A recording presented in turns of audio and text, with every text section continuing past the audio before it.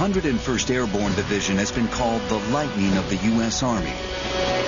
Using the speed and firepower of its helicopters, the division is a shock force, able to launch air assaults against targets behind enemy lines, then capture territory quickly with its own infantry troops and artillery. It is absolutely unique. There's no organization in the world that can do what the 101st does.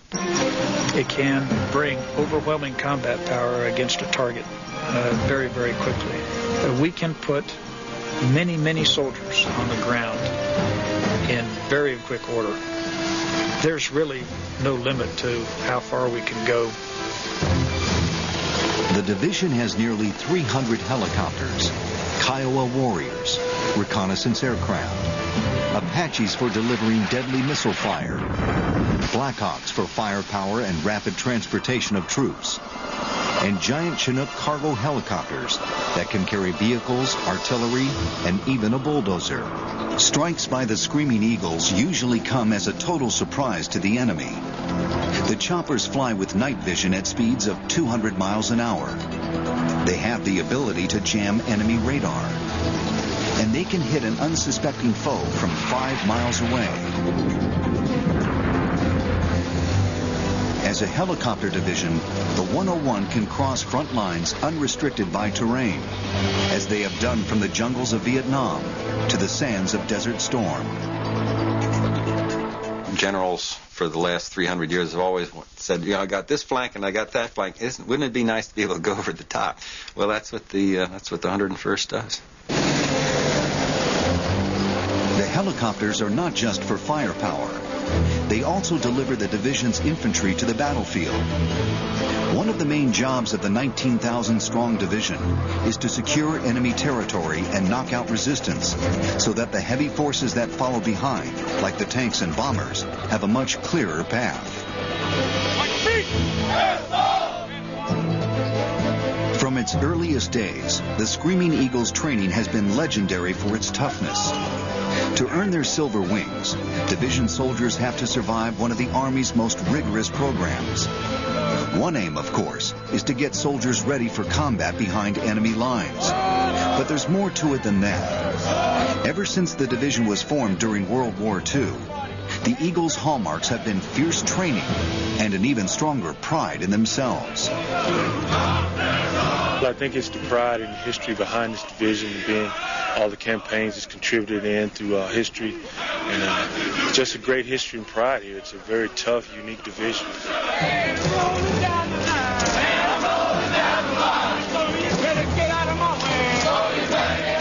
They believe their heritage, and they study their heritage, and they want to live up to their heritage, and they do live up to their heritage, and so they just don't settle for anything but best. The Screaming Eagles' heritage has always meant striking quickly behind enemy lines. Today, the methods are high-tech. When the division was first formed during World War II, the method was jumping out of airplanes into Nazi Europe.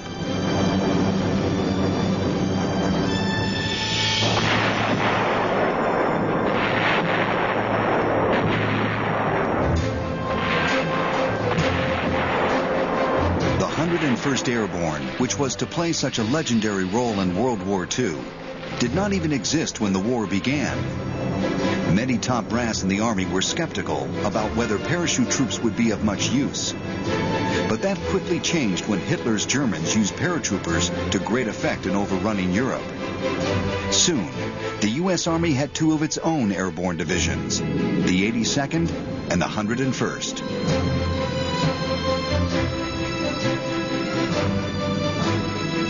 The 101 was earmarked for history on its very first day of existence in August 1942. Its commander, General Bill Lee, told the men in his opening speech, "The 101st has no history, but it has a rendezvous with destiny." For its symbol, the division looked back to the Civil War and to the famous Iron Brigade from Wisconsin, who always carried an eagle, Old Abe, into battle, even after Abe was wounded. The 101 would call themselves the Screaming Eagles.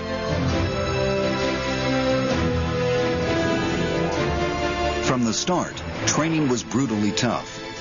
The Army wanted to find men who could fend for themselves after being dropped from an airplane behind enemy lines.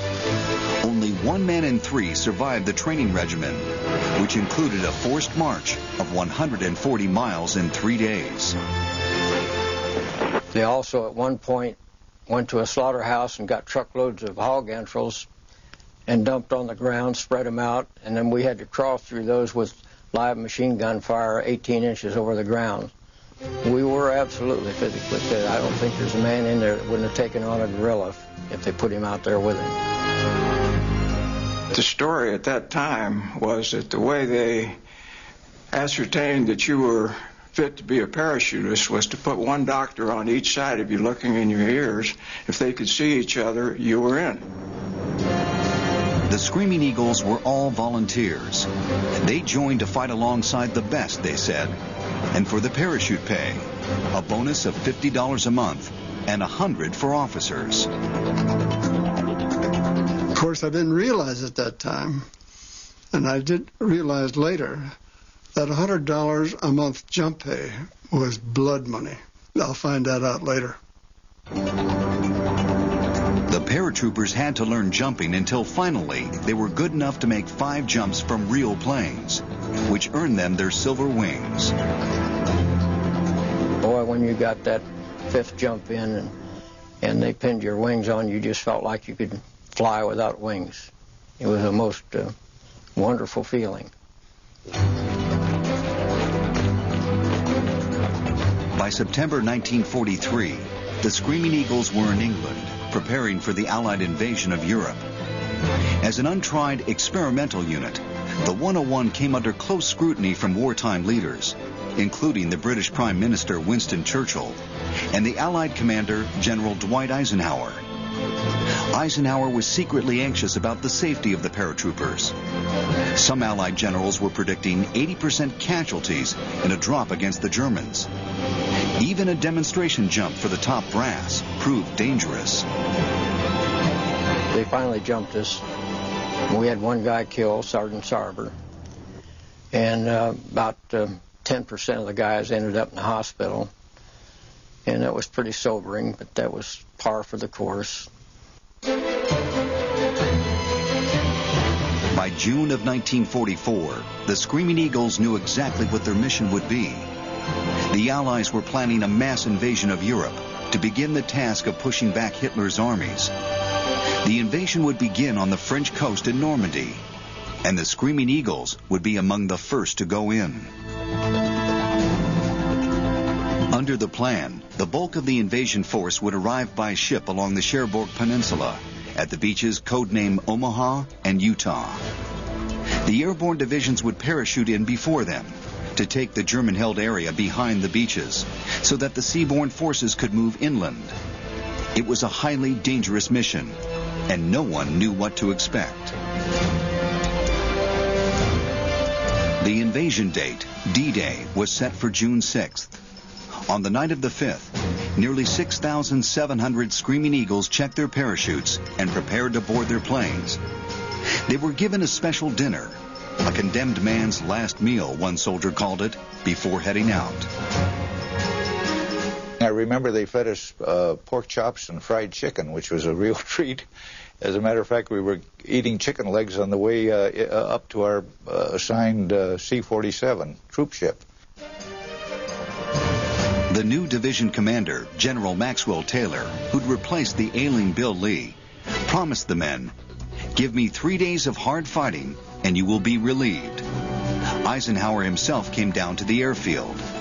He didn't give a speech, but spoke one by one to hundreds of the men, wishing them luck.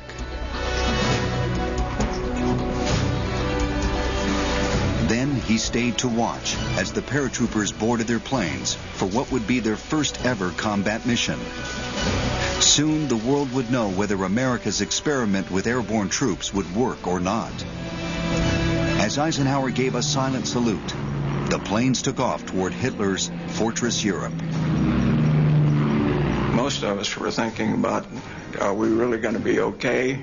You know, we think we're brave and all that sort of thing, but what are we really going to do when we know we're being shot at and that bullet's intended for us? And, you know, some very long thoughts going on. You start to do a little praying, and you pray very sincerely because you're going into the unknown and you want to know, you doubt yourself. You're not sure in your own heart whether you can handle us. Below them, in the English Channel, were 6,000 Allied vessels heading for Normandy. It was the most fantastic scene that I've ever seen in my life. There was hardly a piece of water going over the coast that wasn't covered with a ship of some kind. And I looked down there and I thought, those guys are waiting for us. And if we don't make a successful landing, this is a failed operation. As they crossed the coastline, some of the pilots yelled, "Say hello to France, boys," and they got ready to jump. The mission had been very precisely planned, and it was about to go completely wrong.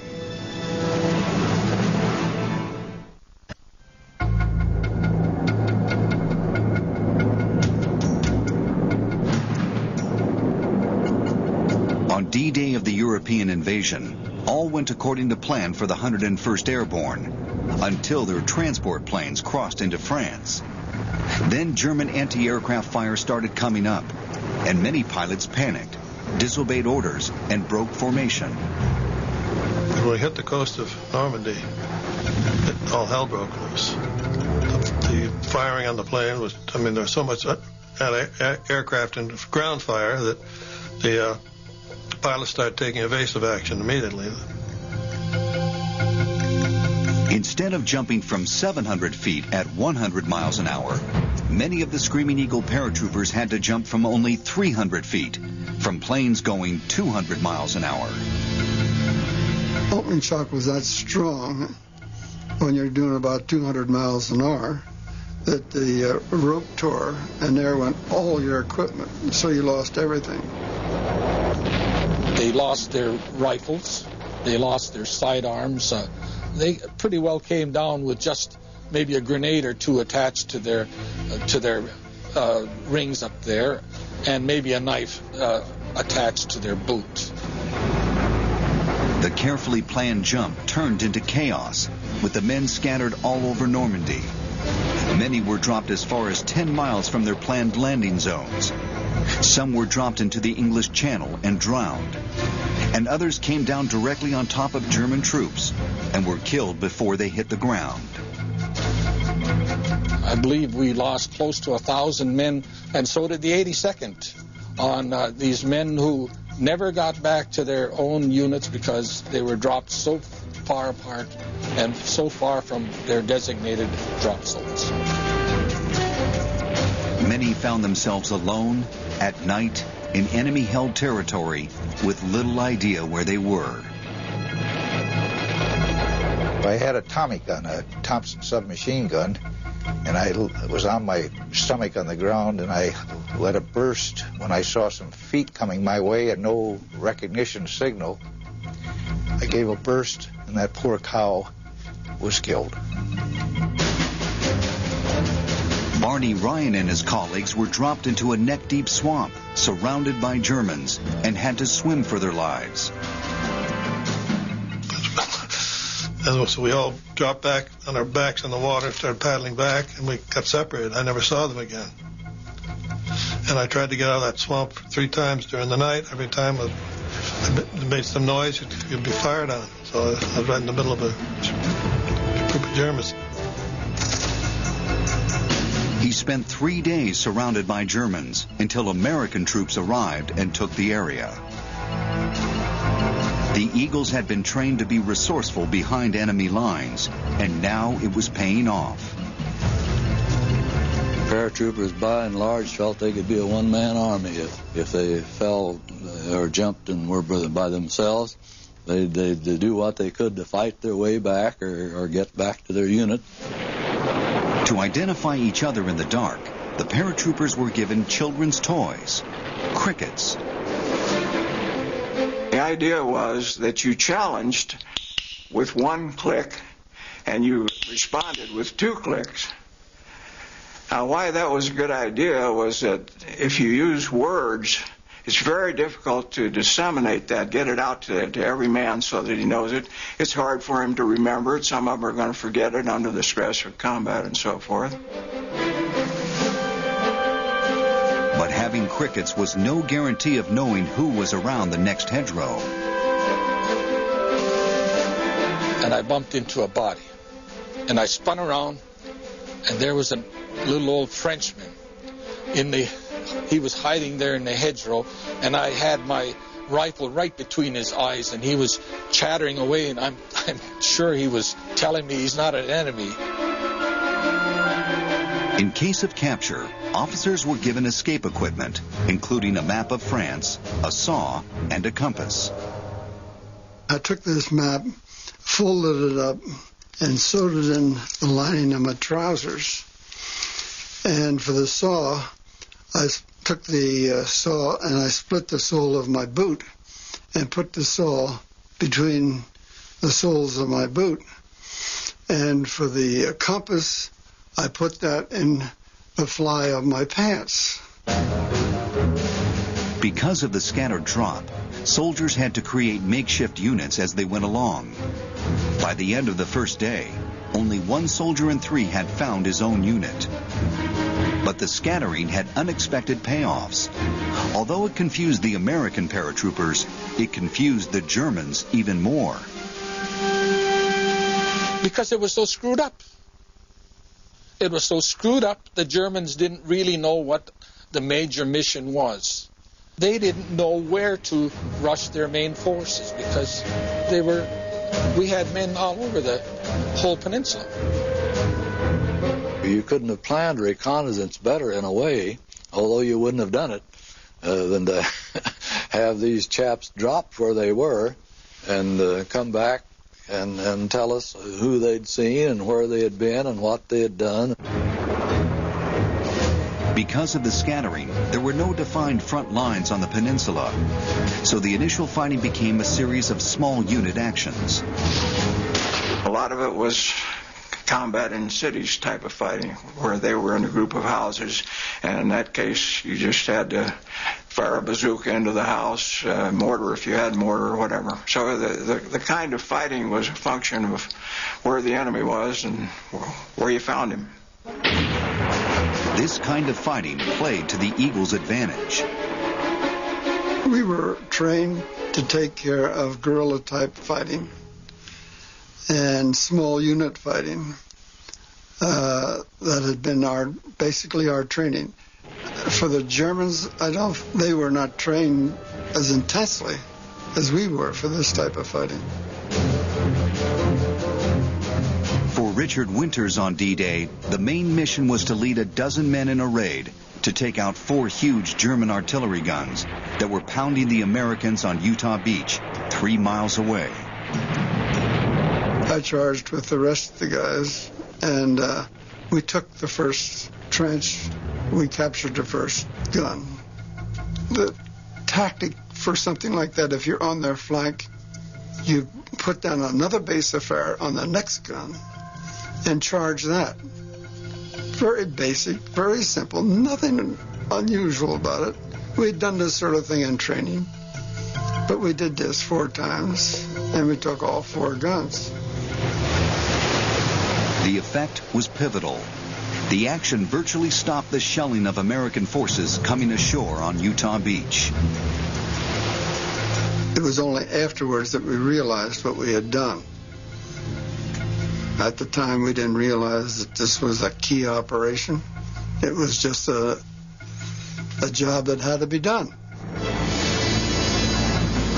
At the end of the first day's fighting, division reinforcements began arriving by glider, bringing in men and anti-tank guns. But many of the gliders crash-landed, hitting trees and hedgerows. 19 soldiers were killed.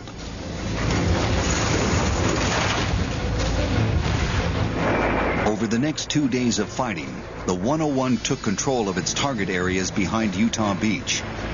Now it was ordered to look south to take the town of Carentan, a vital crossroads of highways and railroads. Carentan was the key to controlling the whole peninsula, and the Germans had been ordered to defend it to the last man. Advancing on Carentan made the Eagles sitting ducks, because the causeways that led into town sat exposed above the surrounding marshes. It was called Purple Heart Lane by a lot of our troopers, because they got them. They got their Purple Hearts there, if they survived. I was shot in the chest on the right side. I felt something run out of my mouth. I guess it was blood. And a blanket that was around me was blown off. An arm reached across my chest, retrieved the blanket, and tucked it in all around me, very tenderly. And I managed to move my head to the right, and it was a German PW on the stretcher next to me. And I didn't say anything to him, and he didn't say anything to me, but our eyes sort of locked, and that's always kind of stayed with me all these years. The Germans in Carentan threw everything they could at the Screaming Eagles as they approached the town, pounding them with heavy artillery. Colonel Robert Cole, whose men were pinned down by heavy fire on the edge of town, decided to lead a bayonet charge against a farmhouse that contained a nest of German machine guns. One by one, the men got up with him and charged across his field, yelling like a bunch of Comanches. And I guess it sort of shook the Germans, and they just either bugged out or gave up or got killed, one of the three. Of course, coming across this field, we were exposed to these men over here in the hedgerows here all the time, and they had us perfectly covered, so it was simply a matter of getting across the open ground as quickly as possible. Colonel Cole's charge won him the Medal of Honor, but he never got to see it. 3 months later, as he scouted a battlefield in Holland, a sniper's bullet killed him. Scattered up along the road here. And on the... After 3 days of heavy fighting, the Screaming Eagles took Carentan, but then had to hunker down against a fierce German counterattack from tanks, artillery, and machine guns. While we're in there fighting the Germans, they were in there and we were in there in close combat. We were being bombed. The city was being bombed. It was practically obliterated. And it was a scary thing. We were just holding on with our fingers, just holding on, and not letting them push us back. The 101st desperately held Carentan against the counterattack for 2 full days, until American artillery and armor arrived from the beach to help drive the Germans out. Then the Eagles and the other American forces linked up to gradually take control of the whole Cherbourg Peninsula. 1 month after they had landed, and not 3 days, as promised, the division's work in Normandy was complete. It had paid a heavy price. 1 in every 4 soldiers had been killed or wounded. But its first taste of battle had proven a triumph and justified General Eisenhower's faith in paratroopers.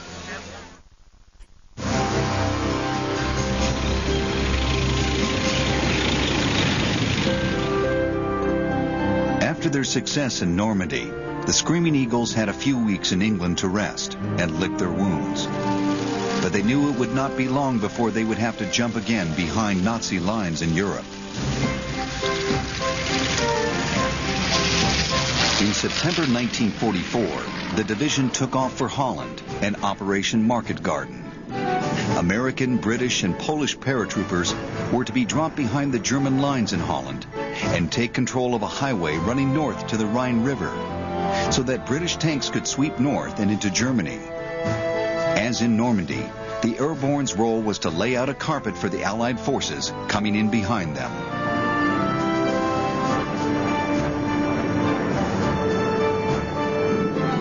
But the jump into Holland was very different from the one into Normandy. It was done in daylight, and it was done with precision. And this time, gliders played a much bigger part. More than 600 of them landed in Holland, bringing in nearly half the division. Landings could still be rough, but the flights brought in valuable men, jeeps, trailers, and howitzers.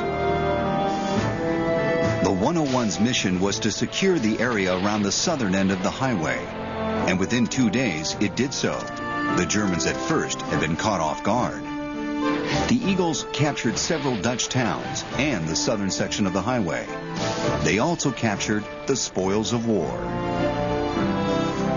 Several of my people had to crawl into the tank to see if they could loot something out of the tank, which was the normal thing for a GI to do. One of them got a hold of this flag with a swastika on it. This flag that I'm holding up here came out of that tank. As they liberated towns in their area, the American paratroopers were given an ecstatic welcome from the Dutch, who'd been under Nazi occupation for 5 years. When the 101st entered the town of Eindhoven, they were swamped by grateful civilians. The American soldiers could not get the residents off the streets, but the Germans could. The Germans moved a Tiger tank up on the other side of the canal and started firing, and it wasn't long before you couldn't see any Dutch people anyplace. They had disappeared indoors. The Germans might have been surprised initially, but now the 101st knew they were in for a brutal struggle to keep open the 16 miles of highway under their watch. All told, the Allied paratroopers had to keep open 60 miles of road, and that became increasingly difficult as the Germans regrouped and pounded them with artillery. The soldiers soon renamed their stretch of road Hell's Highway. It's the most frightening thing in the world because you can't go any place. You got to just stay there and take it. And you see guys being blown up all around you. And if one hits close to you, it'll actually lift you off the ground. In one trench, Private Joe Mann sat with his arms bound up and useless after being wounded 4 times. Then he watched helplessly as a German grenade landed among him and 6 comrades. Both his arms were in bandages, but he dove on it, yelled grenade, and laid up right on his back. He flopped right on the grenade and took the full blast from that grenade, and of course it killed him. For his self-sacrifice, Private Joe Mann was awarded the Medal of Honor. For the Holland operation to work, the key element was speed. It was vital that the British tanks come up quickly from the south, but that didn't happen. They were delayed by heavy German fire and didn't link up with the Americans till late on the second day. Many of the Screaming Eagles felt the British had no sense of urgency. With the tank movement delayed, the British paratroopers, who jumped near the northern end of the highway near Arnhem, became easy prey for German tanks and artillery. In what became famous as the story of a bridge too far, 10,000 British paratroopers jumped north of the Rhine River, and only 1/4 of them made it back. Farther south, the battle for Hell's Highway began to bog down, and the Allies gradually realized that Operation Market Garden was not going to work. The Germans retreated from Hell's Highway, but they consolidated around Arnhem, blocking the Allied plans to break through into Germany. The 101st now hoped they would be relieved, but instead they were sent to the front line, below the Rhine near Arnhem. It was a static front, and the Eagles spent much of their time sitting in foxholes, a target once again for German artillery. The shelling, punctuated by fierce infantry fighting, dragged on for weeks, with neither side gaining any real ground. The Eagles had been told that the Holland campaign would be a 72-hour operation. By the time they left, they had been there for 72 days. Being mortared and artillery fire, we lost our regimental commander. He got killed by mortar, and lost a lot of good people and so forth. That's just a very poor use of airborne troops. Finally, the division was pulled off the front line and sent for a much-needed rest to a camp in Mourmelon in France's Champagne province. Christmas was coming, and there were leave passes to Paris. And the talk of the camp was the interdivisional football game, the Champagne Bowl, to be played on Christmas Day, followed by turkey dinner and champagne. But neither the game nor the dinner was ever held. Adolf Hitler had other plans. On December 17th, word came down that the Germans had launched a huge offensive to the north in Belgium. They'd pushed the Allied front line back 65 miles, creating a bulge that would give its name to the ensuing battle. Allied commanders, taken completely by surprise, ordered all available troops to rush there to stem the tide. About 4 o'clock in the morning, we were awakened and told that we were going to go on an operation, and I told the guys, well, they're full of shit. We can't go. We don't have any uniforms. Most of us have turned in our weapons. We don't have any ammunition. They're full of crap. Well, found out they weren't. 12,000 Screaming Eagles were loaded into trucks and driven north at high speed. Some did not even have time to collect their winter clothes or boots. The 101 was ordered to go to the town of Bastogne, where many of Belgium's major highways intersected. Hitler had declared it must be taken, and General Eisenhower had ordered that it must be held at all costs. Dropped us off, and we started walking in, and we came past this little sign that said Bastogne. I didn't know where in the hell that was. I didn't even know what country it was in. But I remember saying to one of the guys, take a good look at that sign. We're going to make history here. When the Screaming Eagles arrived in Bastogne to halt the German advance, they met Allied soldiers running the other way, fleeing the German surge and yelling, "They'll kill you all." Bastogne is chaotic, really. There were so many jeeps rushing to the rear, and they couldn't get out fast enough. The car headquarters was moving out as fast as they could. The 101st got to Bastogne just ahead of the onrushing Germans. Now the problem was how to keep them out. The division units pushed outwards from the town to meet the Germans head-on and stop them from getting into Bastogne itself. They did meet the Germans. They did stop the Germans. The Germans were really unprepared to have somebody coming at them. They'd been having people on the run ever since they started this thing on the 16th. The division formed a perimeter around Bastogne and held it in the face of tremendous German fire. Al Hassensahl was on the front line when his close friend, Punchy Zetwich, was hit in the chest. I said, Punchy, you're going to be all right. And he was hit. He was hit in just about the same place, as far as I could determine, as I was in Normandy. And Punchy said, no, Lieutenant, he said, I don't think so. And his face got that same pallor to it that you know when a guy is hit hard. And anyway, Punchy died in the half-track on the way back to the collecting company, division collecting company.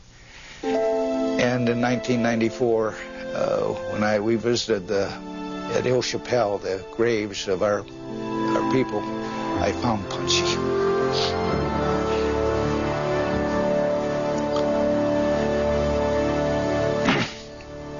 We talked. The division perimeter around Bastogne held against the odds. But within 2 days, the superior German forces had completely surrounded the town and cut off all roads. The Screaming Eagles were now totally isolated, the hole in a donut, as one of them put it. They were sitting targets for German artillery. You were peppered with anything from screaming Mimis to mortars to artillery fire. And once in a while, of course, if in your sector they put on an attack, you were under small arms fire. Incoming fire was not the only problem. Men on the perimeter were living in foxholes without their winter gear in sub-zero temperatures. We'd dig foxholes in the snow and hack it out as best we could, 2 men to a hole, to try and keep a little warmer. You just lay down on the ground and sleep. Wrap up in your raincoat and sleep. I know people say you can't do that, but I'm telling you, you can. Allied supply planes could not reach Bastogne because of the weather.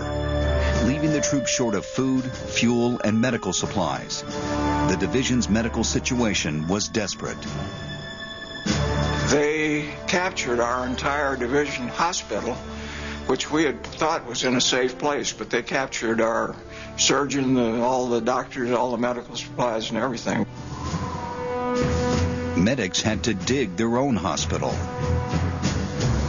We were at foxholes just the same as everybody else in Bastogne, and we had to dig a hole in the ground for our aid station. We dug a hole in the ground about 5 feet by 8 feet by 4 feet deep, and that was our aid station.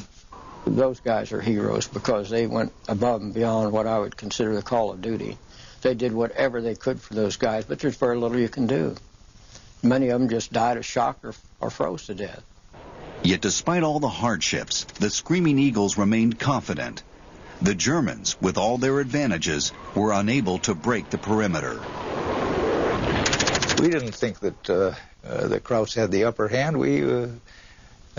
Somebody said the poor bastards, they had us surrounded. The Eagles might have been surrounded, but surrender was out of the question, as the Germans were about to find out.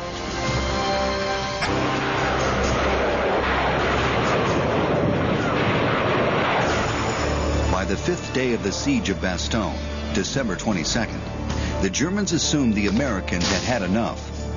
They sent 2 officers into Bastogne with a letter from the German commander, strongly suggesting that the division give up. We read the message, and it demanded that we surrender, and if we didn't, a lot of bad things were going to happen to the 101. We went into General McAuliffe. He at first thought that this was Germans wanting to surrender to us, and we disabused him of that very quickly and said, no, they're demanding our surrender. To which General McAuliffe said, us surrender? Oh, nuts. I mean, he thought, we're giving them a shellacking. Why should we surrender? So he just said, oh, nuts. And then General McAuliffe said, well, I don't know what to tell them. And being a smart-aleck colonel, I piped up and said, well, what you first said would be hard to beat. He said, what do you mean? I said, you said nuts. And everybody nodded his head up and down and thought that was a good idea. So he wrote to the German commander, nuts, exclamation. AC, commanding general, 101st, gave it to Bud Harper. Bud Harper took it back to where the Germans were still blindfolded in the company headquarters. He said to the German, I have the answer, I'll put it in your hand. And the German said, is it affirmative or negative? He said, it's decidedly negative, it's nuts. And the guy said, Neuss, was ist das? He couldn't comprehend what this could be. And Bud Harper said, well, in plain English, it means go to hell. McAuliffe's reply was cheered by the men, who felt exactly the same way about the notion of surrender. That subject never came up. We never talked about it. We never thought about it. It was never considered. We had confidence in ourselves, and this is no exaggeration. We had confidence in ourselves. There was no thought of being overrun. Besides, I knew if I surrendered, when I got in the German prisoner of war camp, all they're going to feed me is turnip soup, and I hate turnips. The Germans resumed their attack on the Bastogne perimeter, but they made a fatal tactical error. They attacked only one section at a time, and each time they were met by the full force of the American artillery inside, which included artillery units that stayed behind in Bastogne with the 101. It made the Germans think the American arsenal was much stronger than it was. We had interior lines, you see, and could move quickly, and the massing of artillery was very, very important to be able to shift those fires to wherever we were threatened. We would have been in deep doo-doo had the Germans attacked simultaneously all the way around the perimeter. But they chose to hit certain areas. The Germans fired more than shells. Their guns also sent in fake Christmas cards, again urging the Americans to surrender. But just before Christmas, there was a break in the weather, and Allied bombers flew over and pounded German positions, taking some of the heat off Bastogne. Even more welcome were the resupply planes. They brought in much-needed ammunition, but still left the 101 with some serious shortages. Gasoline and medical supplies were at a low ebb, and there was still not nearly enough rations to make Christmas dinner a merry one. The feast was crackers and sardines for the officers and bean soup for those in the foxholes. It was on December 26th that the Screaming Eagles finally got their belated Christmas present. The 4th Armored Division from General Patton's army broke through the German positions south of Bastogne and reached the 101st. The siege was finally over. I'll tell you, those guys who were up in the front lines were really spooked out.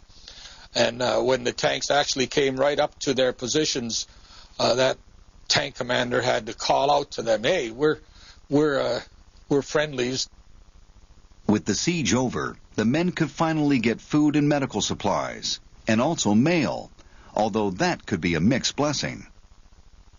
I was sitting on a log in the snow up to my ass, and I got a letter from the Internal Revenue Service. It said I owed them $128, and if I didn't pay it, they'd put me in jail. So I took a bunch of money from Belgian and French money that I had and put it in an envelope and wrote a letter and said, "If you'll promise me you'll put me in jail, by God, come on and get me." And I never heard a word after that. They didn't know it, but the men of the 101 had become world famous as the battered bastards of Bastogne. And even Hitler told his commanders he'd like to see a German general who'd fight with such resistance when the situation appeared hopeless. But Hitler himself had not given up. The siege was over, but the battle for Bastogne and the rest of the Bulge went on. The Screaming Eagles joined the American 1st and 3rd Armies in the fight to push the Germans back.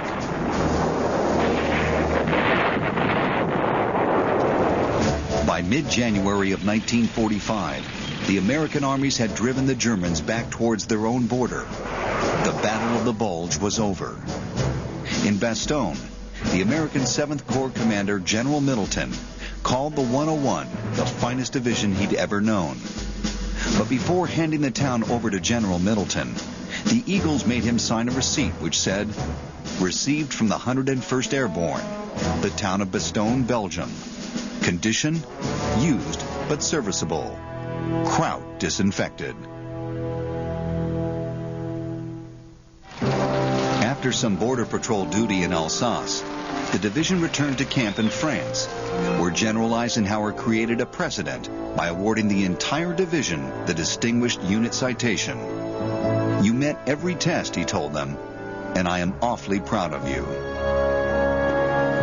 In April 1945, the Screaming Eagles were sent into Germany itself and found that the German army, so recently a feared enemy, was giving itself up en masse. It was kind of scary in a way, because here you got, sometimes there'd be 500 of them and come into one guy and want to surrender, and you just take them in. In Germany, the division unexpectedly came upon evidence of why it had been fighting the Nazis. In the town of Landsberg, the 101 entered a concentration camp that had been liberated the day before by the 10th Armored Division. Soldiers who were used to almost everything were literally sick and vomiting and whatnot at the corpses and the stench and everything going on. The division ordered the town's German civilians to grab shovels and help bury the dead. One kid, maybe not 15-year-old, gave the Heil Hitler salute, and one of my sergeants booted his butt right into the open pit with all the bodies. The division's target was the Alpine village of Berchtesgaden, where Hitler kept his fortified retreat, the Eagle's Nest. By the time the 101 reached Berchtesgaden, there was little resistance. Hitler was dead in Berlin, and the official German surrender was only a day away. The soldiers were free to enter Hitler's villa. The Eagle's Nest was now the domain of the Screaming Eagles. Walking into the Eagle's Nest was like walking into a wonderful set that Hollywood might conceive. I mean, if there was anything that you could wish for from a view to the house itself to being one of a kind, totally unique, it was the Eagle's Nest. My own feeling was it was much too good for him. This is what you've been fighting for. You've reached it. This is your goal. This is victory. It's the end of the war. Walking into a bunker, and it was near his quarters, and seeing the lights on the switchboard, that has left an impression. You're hot on the trail when the lights in the switchboard to headquarters are still on. The victorious troops souvenired everything that wasn't nailed down and made successful raids on Hitler's wine cellar, which came in very handy on Armistice Day. Hitler's armored staff cars were requisitioned as jeeps, and soldiers used their machine guns to prove that they weren't totally bulletproof. The nearby villas of other Nazi big shots were also looted. From the closets of Hitler's deputy, Hermann Goering, came comprehensive trophies of underwear.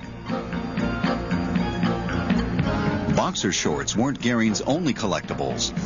The 101 oversaw the recovery of precious art treasures looted for Goering by German troops across Europe. The stash included works by Rembrandt, Van Gogh, and Renoir. Soldiers also discovered famous Nazis hiding in the surrounding mountains.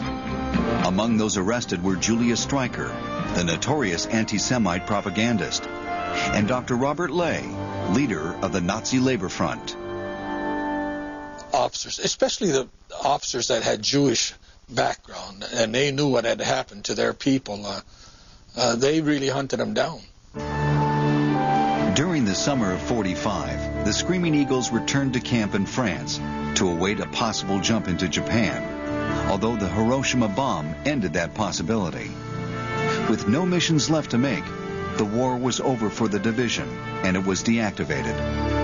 The 101st Airborne no longer existed, officially anyway. It was already a permanent part of those who had served. The 101 unquestionably was as fine a division as the Army's ever fielded in any war. And to be a part of it and engage a real live enemy in that unit was wonderful. War is hell, but if you got to be in war, you want to be with a unit like the 101. I still love those guys, and when you are in an outfit like that and live and fight as we did, you're as closer than you are to your own wife. You're stripped of all pretense. I get choked up. Wonderful bunch of guys.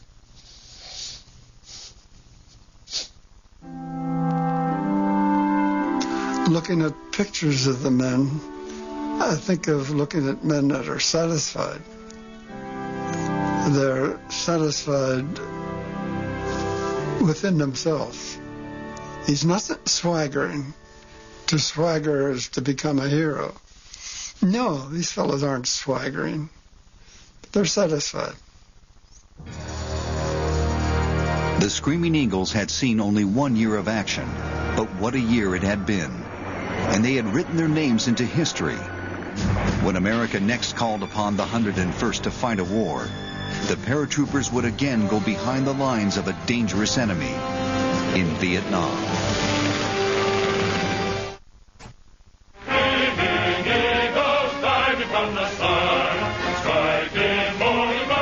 After being disbanded at the end of World War II, the 101st Airborne was reactivated as a full division in 1956 to meet the potential threats of the Cold War. There was even talk at one point of having to jump into Cuba. But instead, the division's first major action would take place on the other side of the world. In 1965, the Screaming Eagles were sent to fight a kind of war they'd never experienced in the dense mountain jungles of Vietnam.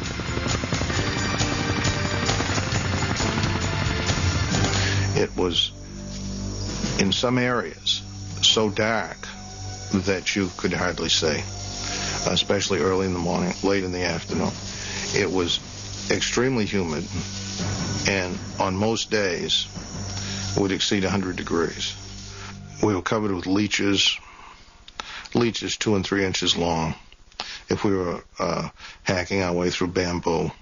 Vietnam was two separate countries, North and South, and the South, an American ally, was under increasing attack from the Communist North.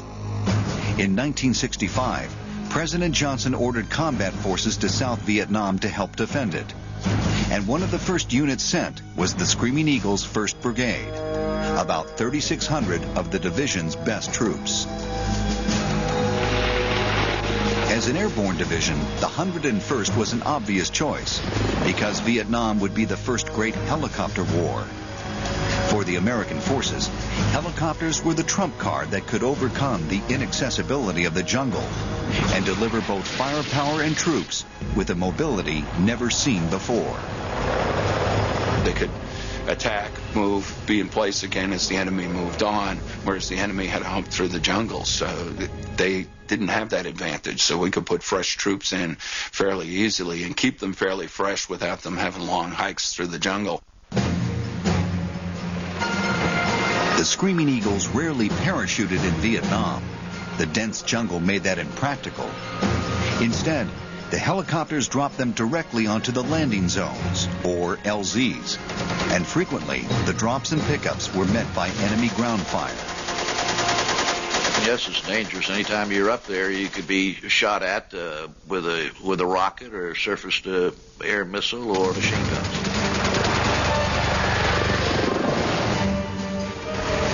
Somebody once quoted to me that the life expectancy of a helicopter pilot in a hot LZ was about 11 seconds. And there were a few times I was clicking them off and saying, we got to be to 15 by now. We got to get out of here. Helicopters gave the 101st tremendous maneuverability. And as a result, the division got to see a lot of Vietnam very quickly. The Eagles used their helicopter mobility to make as many rapid search and destroy missions as they could in enemy territory. The choppers would come in an hour later, pick us up, drop us to another area. We would make 4 to 6 combat assaults like that in a day. We called them Eagle flights. We were fast, mobile. We could do a lot of things that the other units couldn't do. We were trained to do that. Unlike World War II, there was no front line in Vietnam. The North Vietnamese Army and its civilian soldiers, the Viet Cong, were masters at hide-and-seek guerrilla warfare.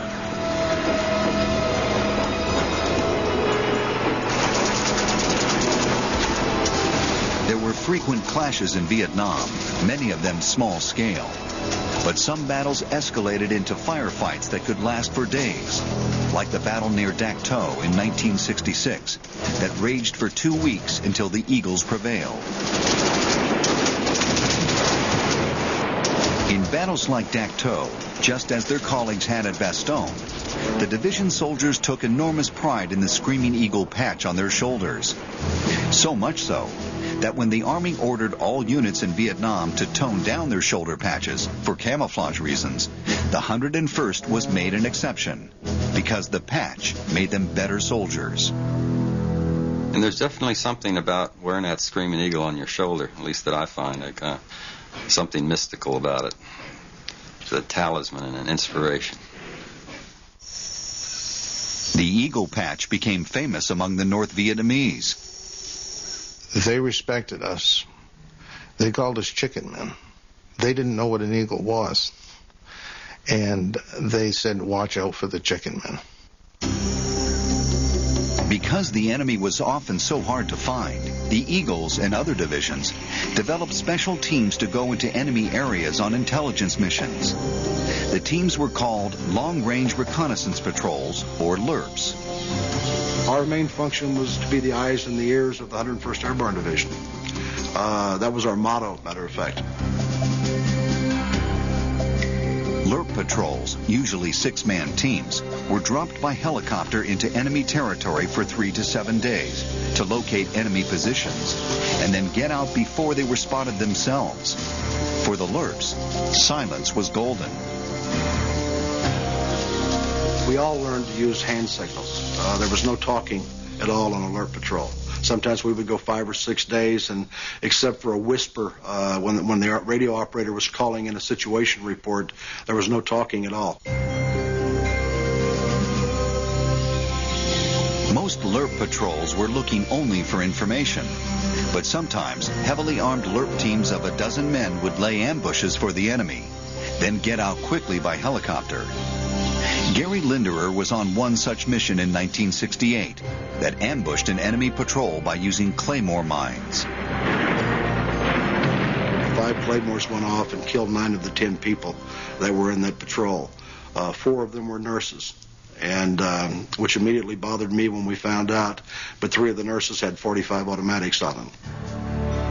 Now, the Eagle team needed helicopters immediately to take them out, but headquarters said there were none available, and the LRP team had to sit and wait for the inevitable enemy counterattack. It came. Mines exploded right under the Americans. When the smoke cleared, I looked up and there was nobody left. Everybody was down. I was hit. Everybody else on the team was down. I didn't see anybody else up. A few seconds went by, and Riley Cox, one of the guys on the team, sat up across the perimeter, and his intestines fell out in his lap when he sat up. His arm was broken just below his elbow and dangling. I saw him take his towel that he had around his neck and shove his intestines back in his stomach and put the towel in place to hold them in. The LRP team's fate now depended on getting reinforcements quickly. And when 2 helicopters flew into an Eagle base camp to pick up volunteers, the whole camp tried to pile into the choppers. We had to kick people off and say, no, you can't go. We can't take off. One guy had a cast on his leg and was supposed to have gone home and was told to get off, and he stroked the charging handle on his weapon and said, no, sir. And so somebody else was selected to get off instead of him. Back at the battle zone, helicopter gunships rocketed enemy positions, while the reinforcements tried to get to the wounded who were still trying to fight. Riley started jacking shells left-handed into this pump shotgun and firing at one arm down the hill at the enemy. So he was still able to fight. Basically, there was only 2 or 3 of us that could still shoot at that point in time. It took a whole day's fighting before the LRP team could be pulled to safety. It was about 9:30 at night when we finally got the last of them out, and we were still taking heavy fire on every trip in and out. 4 of the 12 LRPs were killed, and all the others injured, as were 6 of the reinforcement team. Riley Cox survived and won the Silver Star, as did Gary Linderer and 6 other team members. 2 others won the Distinguished Service Cross.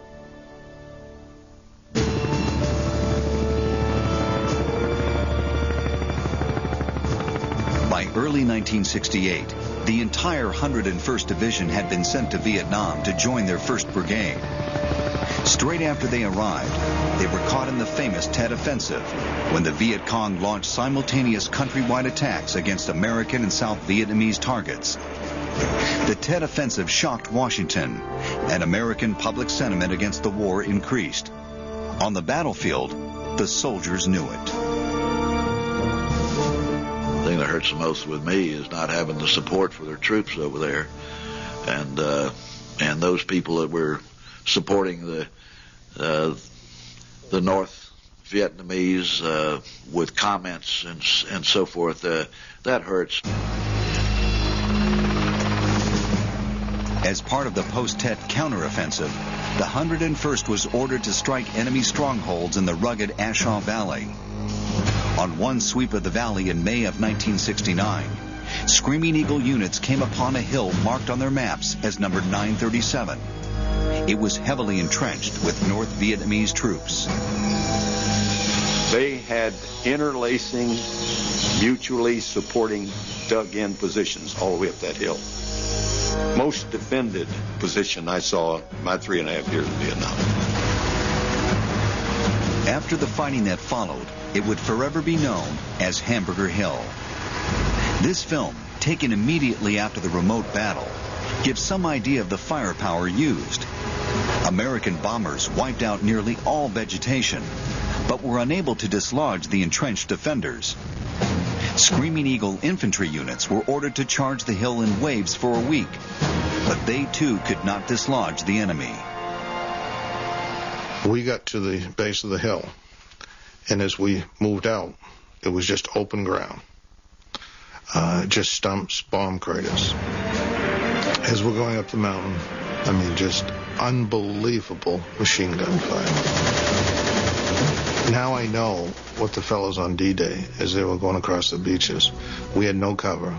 The bombers and artillery had flattened every bit of cover that we had. By this time it had started to rain. And this clay they have just turned to mud. It was like grease. As you're trying to get up the hill, you're pulling on stumps, roots, rocks, anything you can grab, and you're sliding backwards. And all you could see was hands and arms coming up, throwing grenades at us. And machine guns. Just, there's no way I can explain to you what it was like. 8 hours after Tom McGall's unit began its assault, they were given the order to withdraw. Tom had been shot in the hip, but still carried other wounded back with him, and was given the Distinguished Service Cross. With mounting casualties of their own, the North Vietnamese finally abandoned the hill after 10 days of fighting. Someone stuck a sea ration carton up on the top, said, "Welcome to Hamburger Hill." I was glad that it was taken.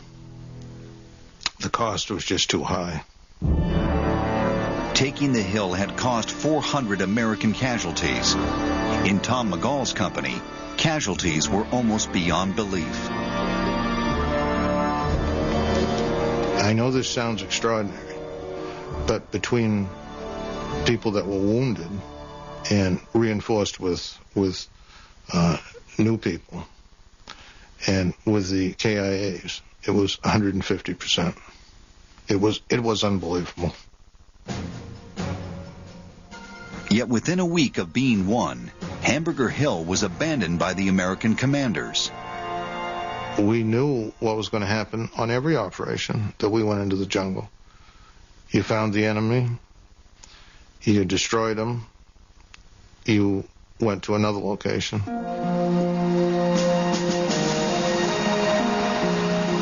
The Hamburger Hill battle was a crystallizing point in the war. There was outrage in Congress and among the public about the waste of American soldiers' lives. The 101 and other units were winning their battles, but they would not be allowed to stay and win the war.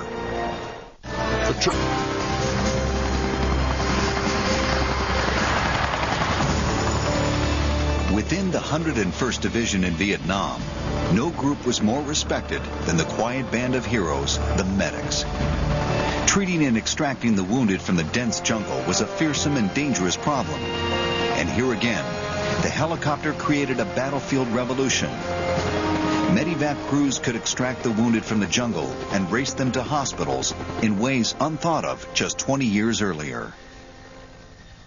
I was wounded in Germany in World War II at 8 o'clock in the morning, and after 4 different ambulances, I was operated on in Luxembourg City at 8 o'clock that night.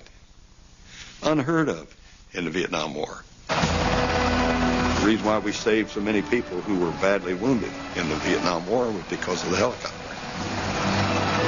As you fly along, if the doors are open, which they usually are, a lot of the blood gets splattered around inside the whole compartment of the aircraft. And it's shocking, you know, the every time that I ever picked up a patient, and it's heart-wrenching. Fred Behrens was flying a Medivac mission in 1971 when his helicopter was shot down in the Ashaw Valley. In the process of getting shot down, my crew chief was killed, and we got got down on the ground. Everybody exited the aircraft. Behrens and his team hid out in enemy territory, where American Cobra attack helicopters were making strafing runs. And this one Cobra made a run and ran over us and wounded our on-the-job training crew chief, and it mortally wounded him, and it hit me a few times. Behrens survived, but then was shot in the arm by an enemy sniper. With his only remaining colleague, Behrens tried to crawl through the jungle to safety. I'd been shot through both legs and my arm, so I only had one arm to push myself with, and finally I told Malo that I couldn't go and keep up with him, and he'd been shot once. Alone now, Behrens heard the happy sound of an American patrol coming his way and yelled out for help. I also yelled out that if they were where it sounded like they were, to watch out because there was a bunker. And then at that time, the North Vietnamese opened up on them and killed them all. Alone again, he now hid amid a pile of logs to escape detection. That's when an American fighter plane bombed the area. The bombs went off on both sides of me, blew me and my three little logs up in the air, and loaded my back up with steel. Finally, 3 days after his chopper had crashed, he was found by an American patrol. And the first thing he asked for was water. One of the reasons I survived and didn't bleed to death after being shot 5 times was the fact that I dehydrated from not having water. So as I was drinking this water, I was rehydrating, and I was starting to bleed all over the place again. By the time he left Vietnam, Fred Behrens had won the Distinguished Flying Cross 3 times.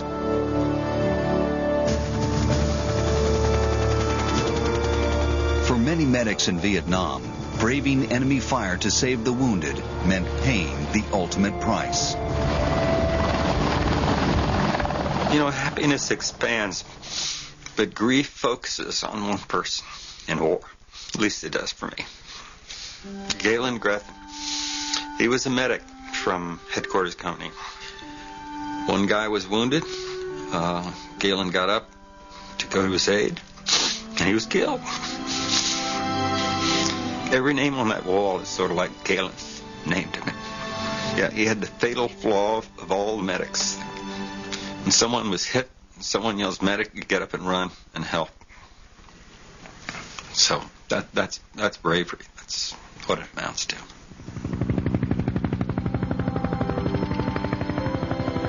By the early 1970s, America had begun its withdrawal from an unpopular war. The Screaming Eagles were the last division to leave the combat zone. They were pulled out in 1972, and 3 years later, North Vietnam finally overran the South and created a single country.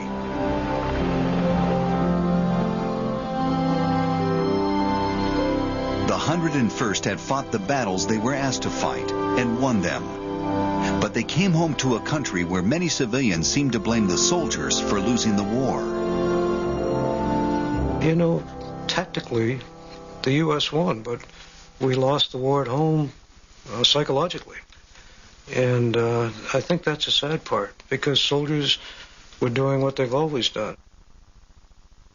It's like, well, I don't know, winning every round of a prize fight, but then at the 15th round, they say, okay, fight's over, you go home. And that's what it amounted to. Is I summarized Vietnam as we didn't lose, we left. 17 Screaming Eagles had won the Medal of Honor in Vietnam. The division had suffered twice as many casualties as it had in World War II. Yet many soldiers were vilified at home because of the unpopularity of the war. I wore my uniform proudly. I went into a bar and I got heckled. And I was spit on. It was calling me a baby killer, a murderer, and other words that I cannot say. If I could have, I would have fought course, there was too many people there, and it was just a disgrace for me. So I left. I never went to the place again. For the men of the 101st, however, a comforting factor was the eagle they wore on their shoulder. I'm still proud. You know, I still realize that the 101st Airborne Division is probably the finest military unit in the history of the United States, and I feel like I was in one of its best units. So I'm very proud of that. It would be nearly 20 years before the Screaming Eagle Division would see major combat again. And this time, they would return home as conquering heroes, hailed by a proud public.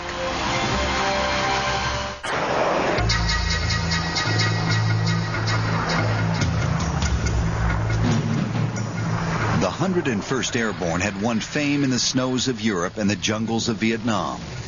And in 1990, it faced yet another kind of hostile environment in the deserts near the Persian Gulf.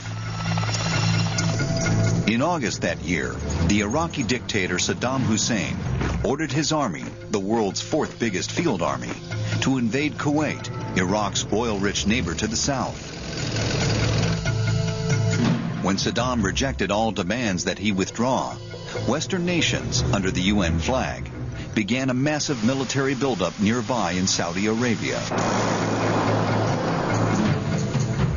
The initial aim of Operation Desert Shield was to prevent the Iraqi army from threatening any more Middle Eastern nations.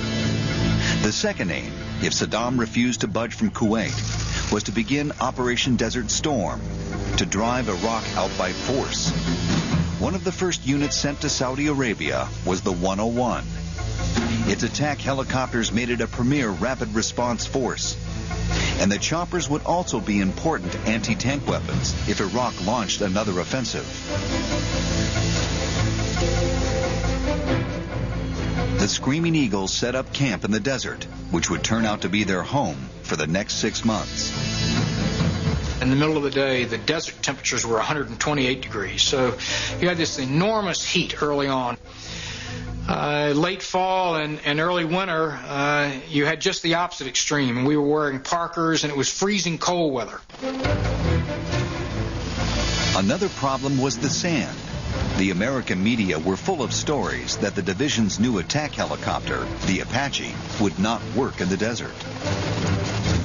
There certainly were some concerns. Could the helicopter survive?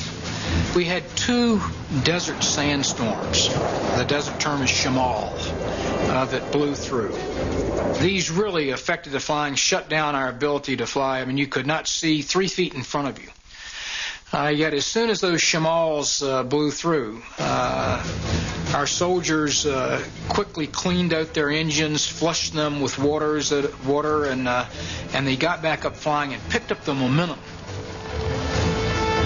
There was also the psychology factor for the Screaming Eagles. Saddam Hussein was threatening to use chemical and biological weapons against the Americans, and the soldiers were not sure what kind of war to expect. As first contact with that environment, you have a lot of anxiety. You are unsure about what's going to happen. But the Screaming Eagles draw inspiration from their proud history, and they were given a big morale boost at Christmas as they awaited an uncertain war. From the old heroes of World War II, every soldier got a Christmas gift. The bond there is power, and I don't know how the soldiers could have felt more confident than they did that day. As the weeks passed, war became ever more likely. Iraq showed no signs of leaving Kuwait by the United Nations deadline of January 15, 1991. And the Screaming Eagles steeled themselves for war. The soldiers were ready to go into battle. A common expression in those days preceding the commencement of the ground war was the way home is through Iraq. January 15th arrived with the Iraqi army still in Kuwait. This meant war, and the Screaming Eagles would fire the first shots. Hours after the deadline passed, 8 of the Screaming Eagle's Apache helicopters flew into Iraq to eliminate radar systems. The Apaches flew in at night and found the radar station by using advanced night vision. It basically sees by differentiating heat from one object in its surroundings. And a living being, particularly a human, show up extremely well in the desert because all their surroundings are the same temperature, but the living object stands out because of its heat. The Apaches flew in undetected because of their radar jamming technology and launched their Hellfire missiles at the radar station. One for you, Saddam. You can see the confusion of the people running around on the ground. They don't have a clue where it's coming from. And that's the beauty of the Apache. We can see them and strike them from a great distance. Many times they couldn't even hear us. We can see objects 5, 6 miles away. And with our Hellfire system, we can strike them at those ranges also with precision. By knocking out the radar station, the division cleared the way for Allied bombers to make their devastating sorties against Iraqi troops and installations.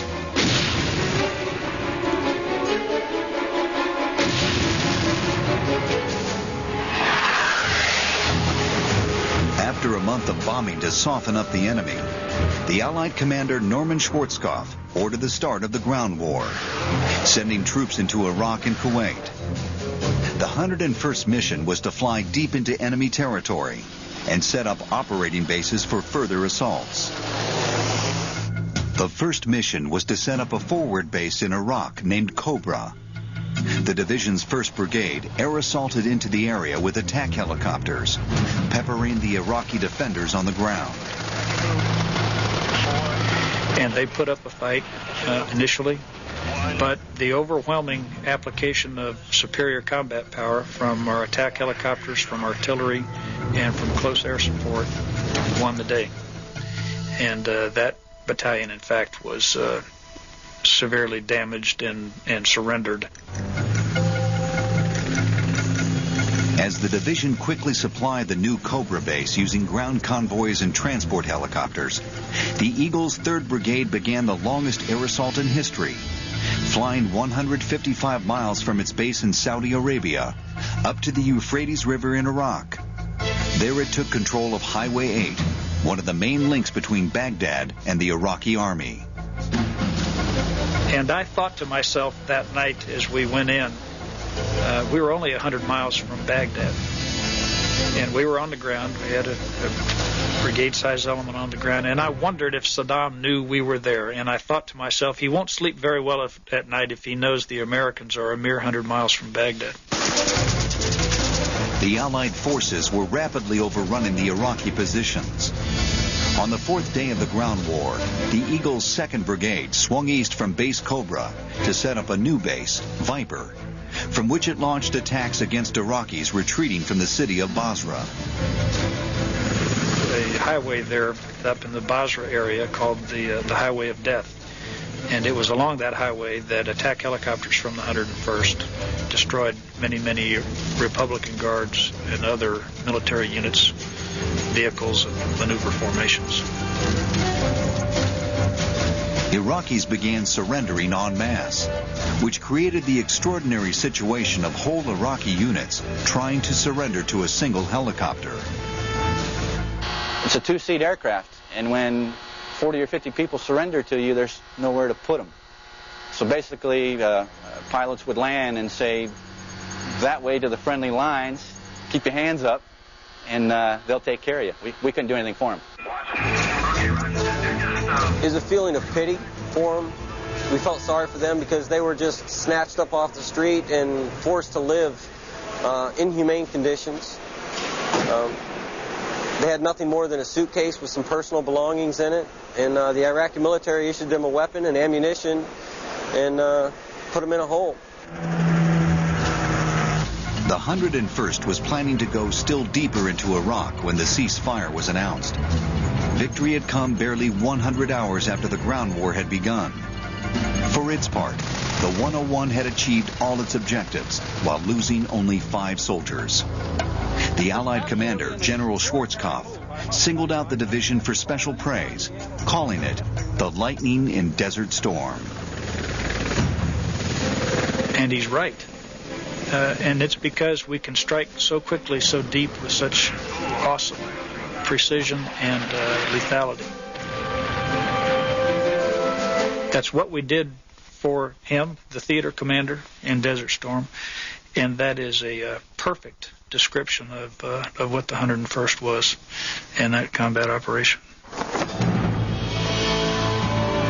The Desert Storm warriors returned home as national heroes, and that helped lay to rest some of the demons still haunting Vietnam veterans. At one homecoming, Tom Taylor remembers seeing a Vietnam veteran hold up a sign to his fellow Screaming Eagles. Thank you, troops of Desert Storm, for bringing us back home. Home at last, from a war long past, home from Vietnam. The triumph of the Screaming Eagles in the Gulf was our vicarious triumph recognition.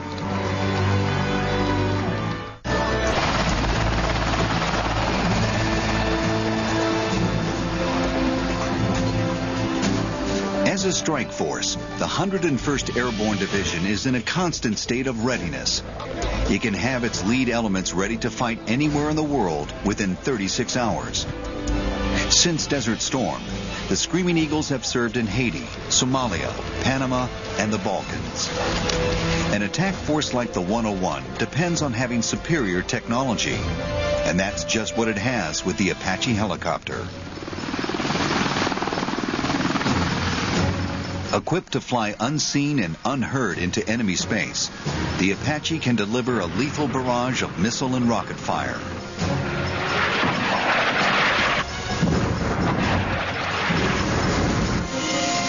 All of this firepower is so computerized that the Apache pilots can control it with a mere turn of the head. The pilots have high-tech helmets which control the movement of the chopper's electronic eyes.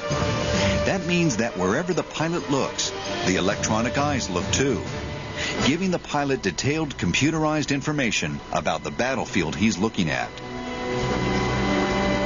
When a pilot looks to the right or looks to the left, these sensors sending energy through these detectors, through this cable into the computer, moves the sight with the pilot's helmet. And it's not just the electronic eyes that move in sync with the pilot's helmet. So do the guns and Hellfire missiles. This means that to strike at a target, all the pilot has to do is look at it and fire.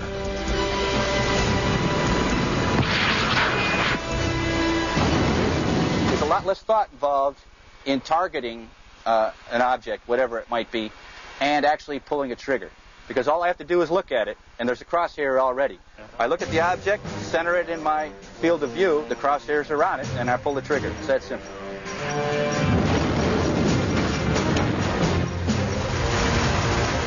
The division's edge in technology includes communications, vital for coordinating complex attacks between helicopters, infantry, and artillery. One of the capabilities we have is a quick fix. Our aircraft are able to jam, intercept, and collect information on the enemy. And most recently at the National Training Center, we had an opportunity to be quite successful at this. Our folks had gone down on a frequency that the enemy was using, and listening to the OPFOR, they were able to determine the OPFOR had eyes on our Apaches coming through a certain pass, and they were preparing to set up a kill sack for them. And with this quick fix, overhearing it, sent right down to the Apache unit commander that trouble is impending, and so they were able to turn them around and send them a different route and save their lives. Although high-tech weaponry is essential to keeping the battlefield advantage, the heart of the Screaming Eagles is still the foot soldier. History has shown that wars can't be won from the air alone. Soldiers have to claim the ground itself. Although today's infantry arrive in battle by helicopter instead of by parachute, the 101 infantry have a job that's not so different from the Eagles of old, who jumped into Normandy. So once you get off that means of transportation into combat, you, the infantrymen, are into your fire team and squad level operations where you are relying upon yourselves. it gets back down to the same fundamental skills of fire, maneuver, having an overwatch, throwing a smoke grenade, and then bounding across the street. Get all the way to the top. Then and only then can you place your legs on the beams, take your hands off the rope, and grab onto the beam. Certainly, the infantry training hasn't gotten any easier since 1942. Anyone wanting to earn their wings has to complete a grueling regimen known as the 10 toughest days in the Army. Basically looking for 110% motivation. If the soldiers are motivated at all times, they're going to make it in. Well, the first thing about being Screaming Eagle is being able to go up in the helicopter above the ground, and this is where it starts. They need to be able to overcome their fear of heights. And if they can't do this right here, we can't expect them to be able to jump out of those helicopters. Fear of heights, both climbing up them and rappelling off them, is the main worry for new recruits.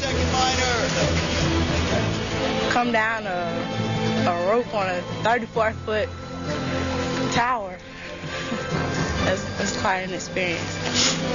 Yeah, the height's bothering right now, but the right-hand brake hand started. When they start rappelling, the hardest thing for the soldiers is that initial bound when they come off the tower and the initial bound. That is the hardest thing. Once they do that, clear that, they're good to go after that, but talking them through that initial bound is their hardest part. Brake hand up to 1 minor, a little more extension on your brake off. Training is constant for the whole division, because in 36 hours, they could find themselves on any battlefield in the world against any type of enemy. And so as we go into the future, we carry on the traditions of the great heroes of Bastogne and Market Garden. Being a member of the 101st is being a member of the varsity. They're on the first team. Just the sight of the patch is enough to motivate them. Because it's a one-of-a-kind organization, it's truly a national treasure for the United States military. And I think it's safe to say it's indispensable to the United States military.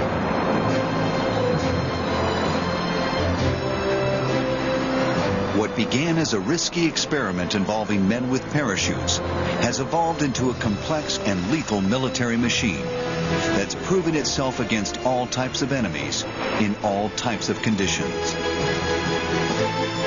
The Screaming Eagles of the 101st Airborne have kept the promise made by their very first commander. They have kept their rendezvous with destiny.